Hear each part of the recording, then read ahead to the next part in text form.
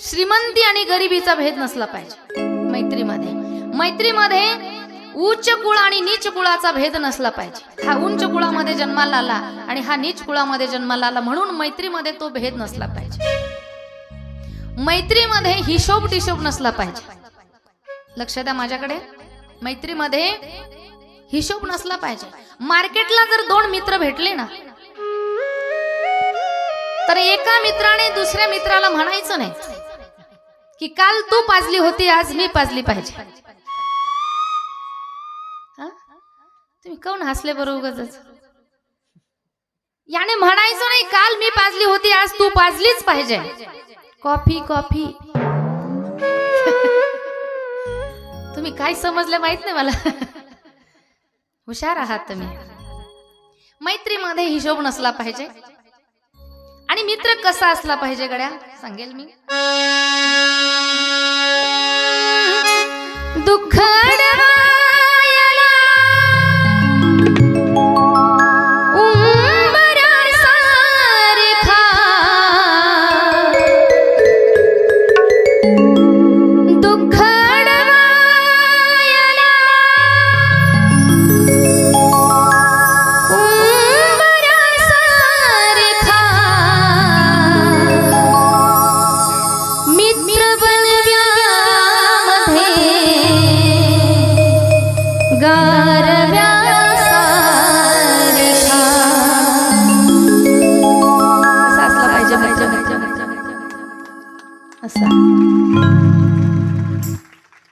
दुःख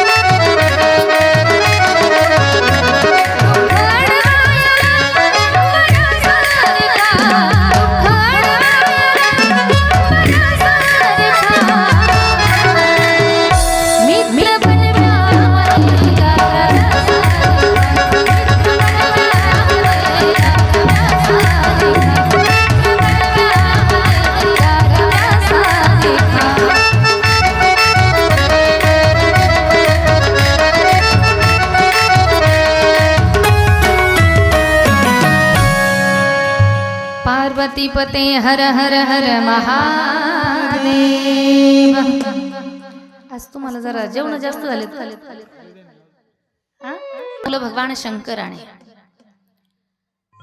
आणि प्रत्येकाच्या जीवनात एक चांगला मित्र असलाच पाहिजे कडे.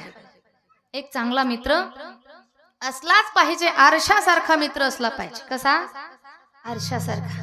आरशामध्ये 2 गुण असतात पा.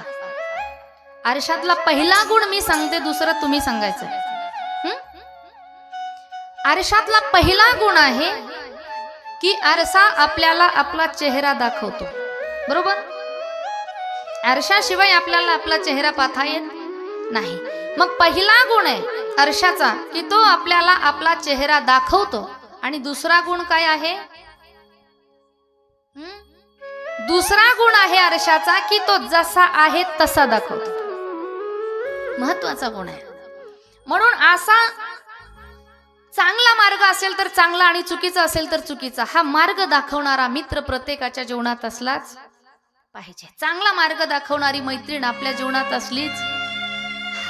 मालिका जाऊ दे, सोडू दे, 12 महिने मालिका चालू आहे, चल शिवकथेला अशी म्हणणारी एखादी मैत्रीण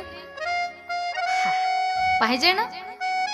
भगवान शंकराने कुबेराला त्या ठिकाणी आपला मित्र बनवलं आणि तोच कुबेर त्या ठिकाणी भगवान शंकराच्या अतिशय त्या ठिकाणी जवळ राहू लागला.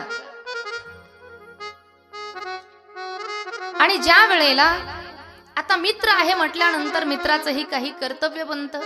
महादेवाने त्याला काही वरदान दिले होते.